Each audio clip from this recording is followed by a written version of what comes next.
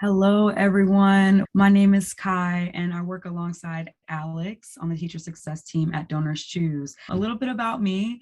I'm also a former teacher. So I taught third grade at Brookview Elementary School in Atlanta, Georgia, before I joined the DonorsChoose team.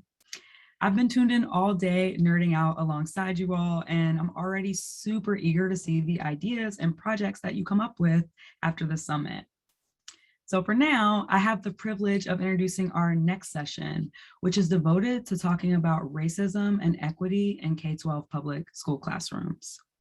But before we get started, let's take a moment to reground ourselves in our community agreements, and let's especially embrace the one that says to enter with a learning mindset.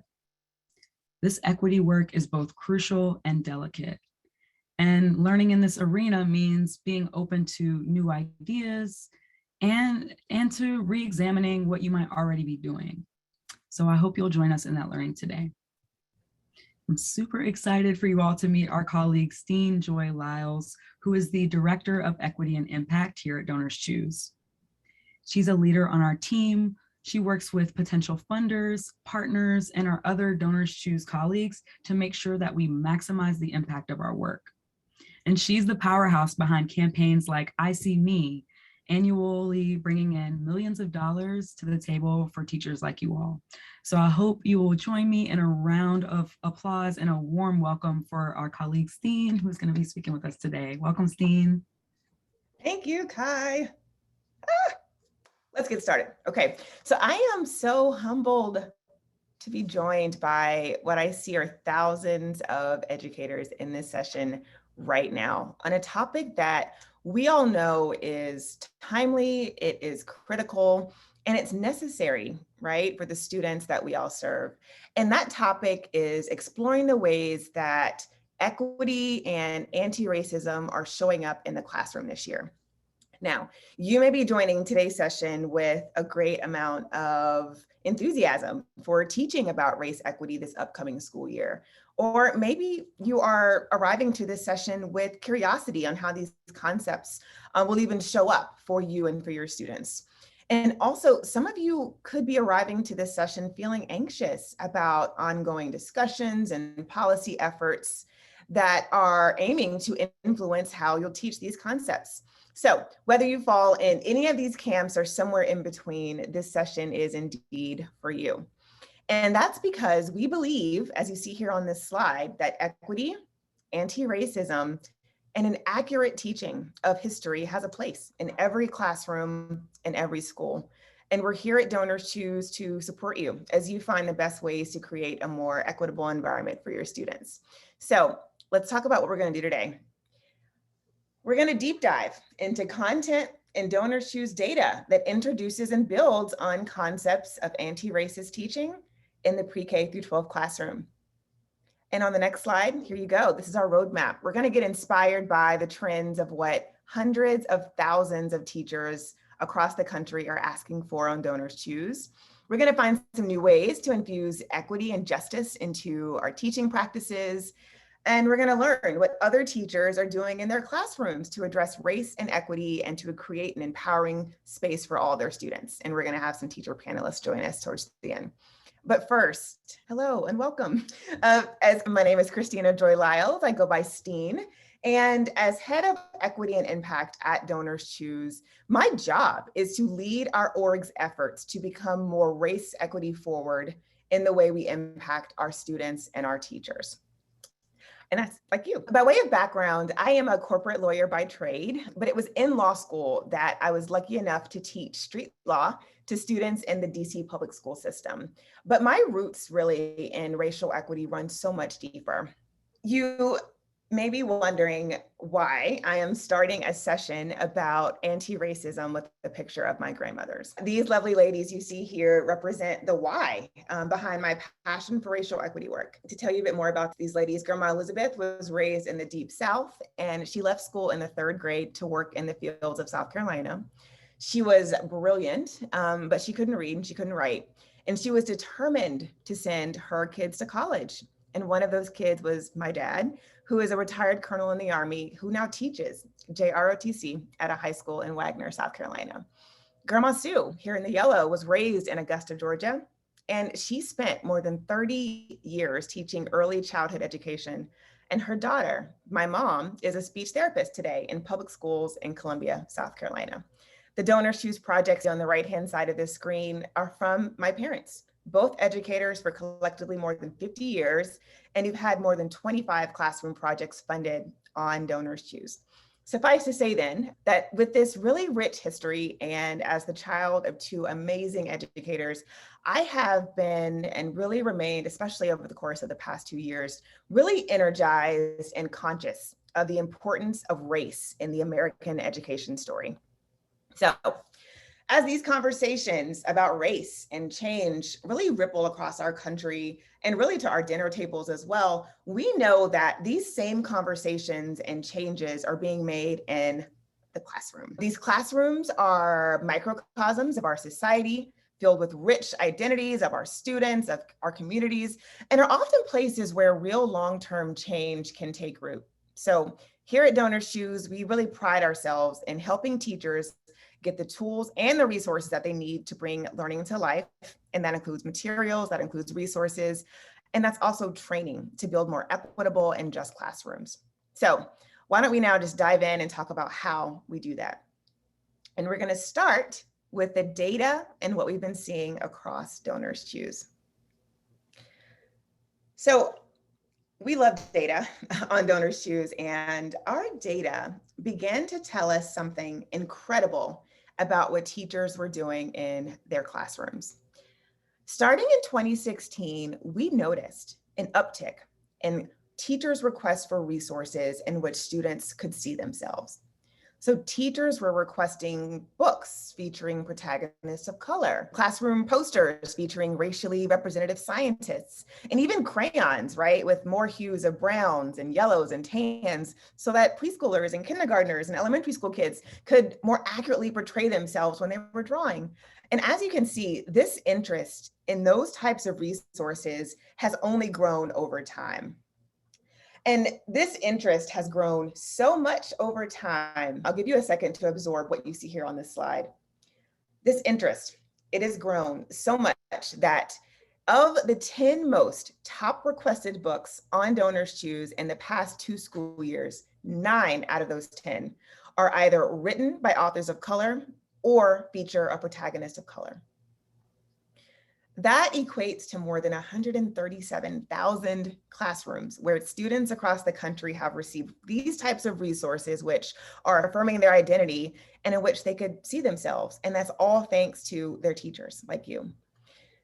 To give some examples of projects to that, we see projects here like that of Ms. Evans. I want to give you a second to read the quote here. This is an example, right, where teachers are requesting books for students to see themselves. On the next slide, we see another way that antiracism shows up in the classroom. And that's through teachers requesting or really educating themselves on racial equity. So this project is from Ms. Solis, who is requesting professional development resources so that she can facilitate really courageous conversations with her students about race. Just to put a finer point on what you see here, if you look at the bottom of this screen, you might notice too that this project was requested on May 31st of 2020 in Minneapolis. And this was just days after the murder of George Floyd right there in her school city. So let's take a step back then. Maybe intuitively, or perhaps for me, really it's emotionally, it probably makes sense, right, that thousands of teachers are requesting culturally relevant and anti-racist resources in their classrooms.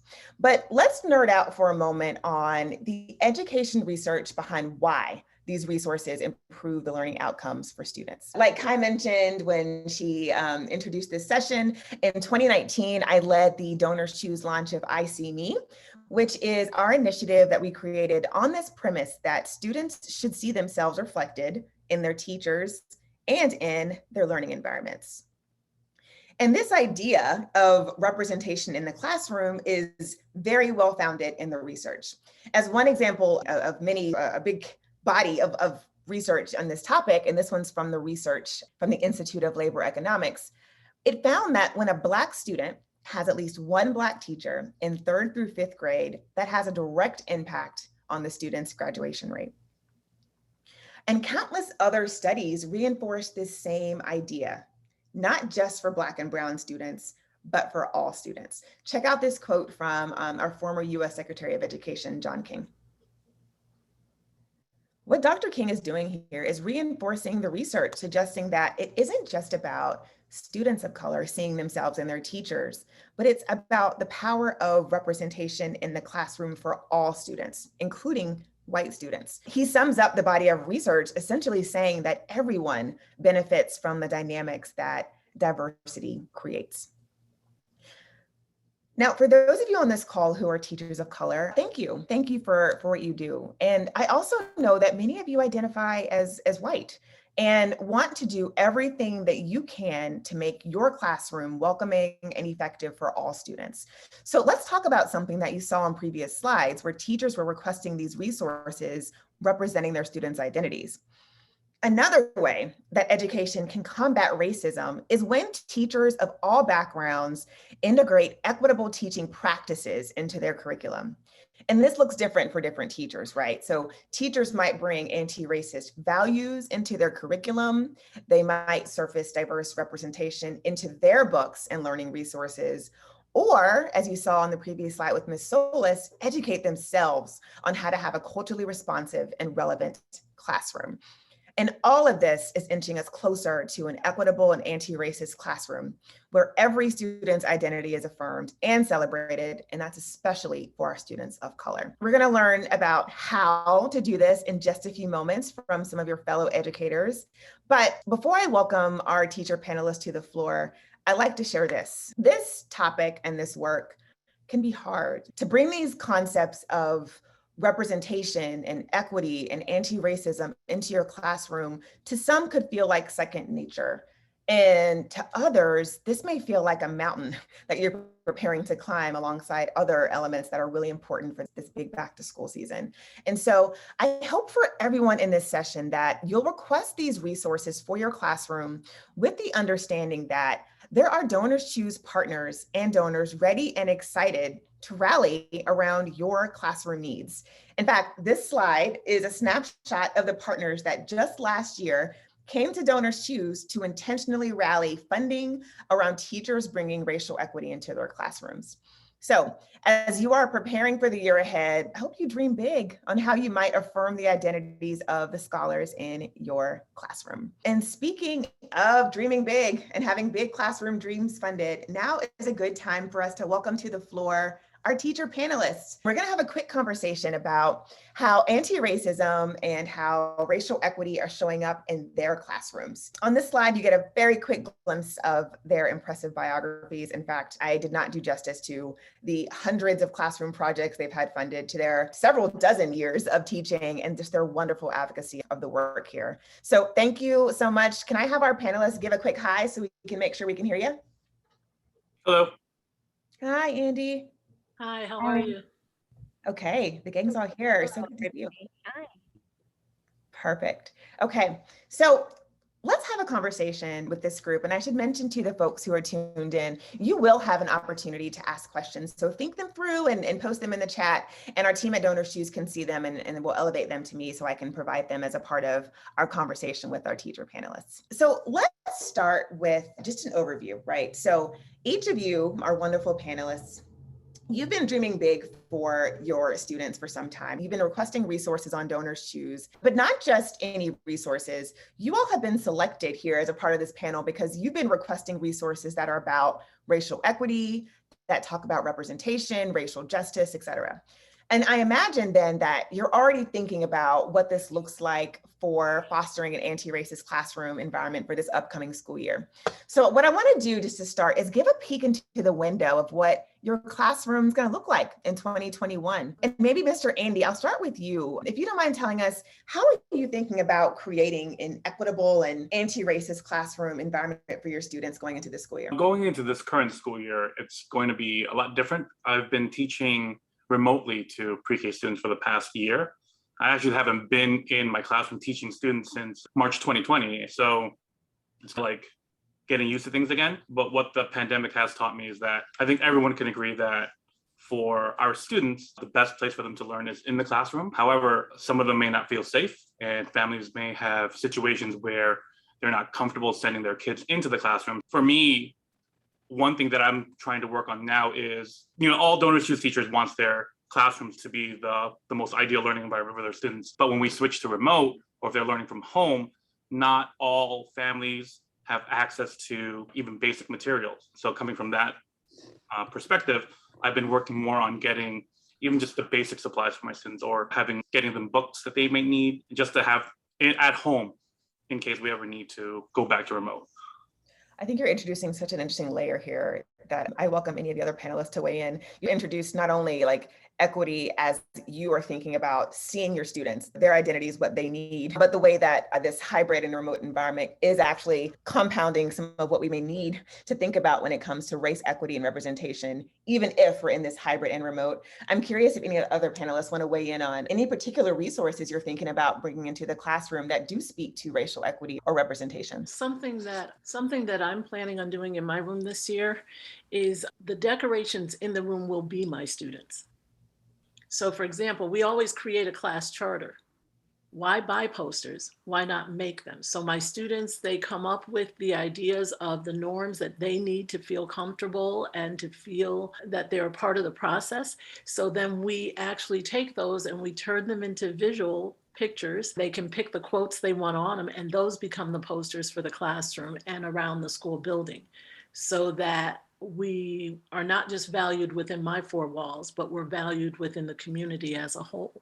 So some of the things I'll be doing this year is making sure that all my signage is multi-ethnic, but it will come from my students. And my family as well will be included in some of what they see around my classroom, because I think when they see us as being human and as part of something else, then it releases them to be able to share who they are and be comfortable with that as well. So signage is a big thing, lots of color, because I think as teachers, if we make the room comfortable for ourselves, my favorite color is yellow. There is nowhere in my classroom where you cannot turn and find yellow.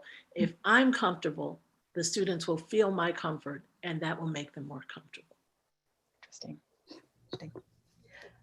It sounds like too, you're thinking, I both heard the way that the pandemic is affecting the way we think about reaching students and what that means in terms of equity. And I'm hearing you also mention a little bit about your own identity and how that is playing into the conversation of how students even perceive what you bring to the table as you're either talking about race equity or talking about music. And so I'm curious, I don't know, Carrie, do you want to weigh in there? I saw you come off mute. I'm just thinking about how we'll be starting the school year off with looking at everything through the lens of identity. So first, having children examine their own, I'll share mine, colleagues will share theirs, but then children will create their own identity web. Sarah Ahmed has a beautiful book called Being the Change, and we use a lot of her work in terms of creating these visual representations of what identity is, and that there are parts of your identity that are invisible and also visible, and what you choose to share with the world is personal preference. But then taking it further, because everything for me is about literacy and books, and studying the identities of characters and the identities of the authors that wrote these books that are featuring characters of color who have written them in authentic voices, hearing about the background information. For example, I have a few projects up right now that are specifically for author studies. So authors like Meg Medina and Kwame Alexander, books that our children truly love that are featuring characters of color, but are also written in authentic voices, thinking about the whole range of who I am as a reader and who these authors are as humans with their identities impacts the characters that they write. So interesting. Are you going to weigh in, Ms. Pena? Yes, so this year I'm really focused on being intentional on centering my students' intersectional identities and acknowledging I'm a science educator. So it's important for me to acknowledge the ways in which the content area has marginalized students of color and has caused harm.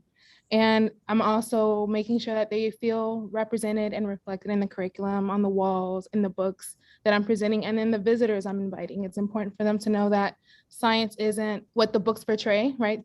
That there are people of color, communities of color, different cultures who have contributed to this body of knowledge, this wealth of knowledge. And so I see it as my task for this year to really make sure that I'm infusing this in every lesson for my students. I love hearing you reference the intersectionality, and for folks who, as you're newer in the journey, when we were referencing intersectionality, this idea that our identities are so multifaceted, right? It's not just that like I enter this Zoom as a Black person, I enter as a Black woman, mother, person, scholar. You enter the space with all these different identities. And one of my favorite projects that you posted with the launch of I See Me was a STEMinist project. I think it was like you were talking about the intersection of gender identity and having more. Watch to have you speak to it. Tell us more about that STEMinist project if you can recall the reason why you posted it. Yes, so I was inspired by a Flipgrid. There's 1,000 women in STEM Flipgrid. So if you teach science or STEM and you want to find women of color in the field doing the work, this is a great resource. And so I said, my scholars are going in and they're finding out about women in different fields that are aligned to STEM, but I also want them to record themselves and because they are STEMinists, they're doing the work here. And so why not elevate their voices and make them their own kind of series where other people can meet them and know their contributions to our school and our community. I'm hearing you all talk about representation as being pretty core here, right? So like literally students seeing themselves. In the case of you mentioned like literally like themselves, their actual photos on the wall so that they understand their stake and their place and that they feel welcomed and affirmed. Let's talk about another facet that we discussed a bit earlier in this session around books that teach about racial equity and books that teach about racial justice. I'm curious, how are any of you thinking about that? Which is, we've had a year from 2020 to now. This country has had a very eyes open, let's say, to what many have seen over the centuries in this country. So from pre-K, Mr. Andy, all the way to high school is on this call. We have middle school, Ms. Pena. So how are you thinking about that question of what it means to teach, not just and have representation, but to teach about racial justice and racial equity? What does that look like? It looks like not shying away from the topic. My students are girls of color. And so to not speak about race is a disservice to them. And so as much as possible, acknowledge that for them, honor their race and how they move through this world and how they're perceived and how it impacts them. When they turn on the news, it's very heavy and disheartening. And so for them to come into the classroom and for me not to even acknowledge it or pretend it's not happening outside of the walls of my classroom, it, again, is a disservice.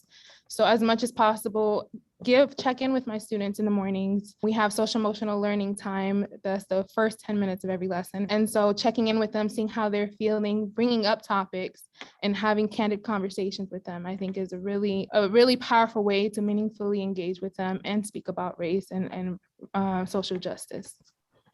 And for the younger students, they may say things that are uncomfortable, that you may deem uncomfortable. We're all teachers and you have to treat it like a teachable moment and get an idea of what they're thinking about what they just said, what they're seeing on the news. So it's very important to come at it from a point where you have to be uncomfortable, but you just have to accept that and for you to be able to tackle on this work. It's so interesting hearing that in pre-K. My goodness, that's a testament to the amazing work that we all do, that you all do, starting in pre-K. Ms. Graham, I'm sorry, you're gonna chime in. For music, I have a plethora of sources to choose from because music, art in general, tends to be the result of what's happening in history. I bring a lot of music into the classroom. I make sure that I have a variety of composers, contemporary, but not that they're stuck in a genre, if that makes sense. Because I think what I run into a lot is that my students seem to think that certain music is for certain people. And they don't think that you're able to cross lines. So I spend a lot of time having discussions along that line with them. I survey the students beforehand to find out what language they're strongest in. And so that as I'm going throughout the year, I make sure my lessons are in all the different languages. But as far as tools I use in the room, it would be music is a huge one. And something that I don't do is shy away from those tough discussions, I think, that Laura mentioned a few minutes ago, because it would be a disservice to them if I was not to say, yes, I have been profiled, or yes, when those questions come up, I've dealt with murder in the family, or I've dealt with whatever it may be. And so allowing them the spaces to have those conversations is very important. Something that I'm doing differently this year, provided I have a classroom, is that what was my recording studios, they've now hired a tech person. I want to turn those into mindful rooms. So they're small, but a student or two could go in there. And I want to make sure that the resources are there for them, whether it's yoga or it's going into a website and looking at puppies or whatever it is to help them heal for the moment. So that's something hands-on that I want to do, and then something that I feel personally I need to do, and then the materials I need to provide for them to have those discussions and have those safe spaces. I just want to add to setting up a protocol for having courageous conversations so that everyone in the room knows, the children, the adults know that this is an ongoing piece of work that we're going to engage with together. As a white woman, I have so much of my own research and thinking to do on an ongoing basis. It's like I will never learn or have my mind as open as it could possibly be. But it's my responsibility to do not only professional reading, but also to engage with the books that I want my kids to read. And another thing that we did in our building last year that I thought was cool, there was a project that some colleagues and I worked on where we took the middle grade and young adult level novels that students are reading that are by and about people of color. And we created a staff library in the staff lounge with a copy each of those books. Because the big push for us is we want kids to read with windows and mirrors as texts, but particularly to foster empathy in children and to get them to see the lived experiences of others through characters. And that felt like a really accessible way, even for some colleagues to maybe start or continue on their journey of doing this anti-racist work and thinking.